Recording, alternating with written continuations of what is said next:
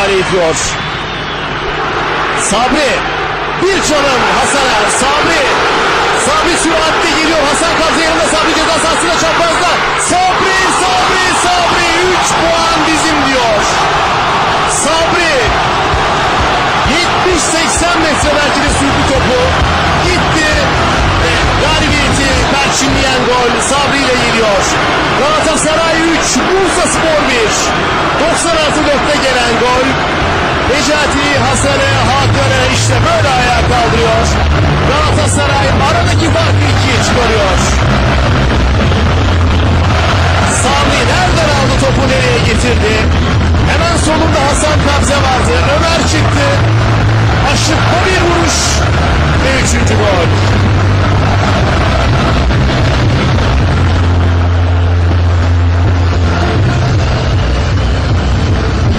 Sabri topu çok güzel önüne aldı. Bu kontrol Hasan Yiğit'e çalım. Bu depar ve 3. gol. 3 puan Galatasaray.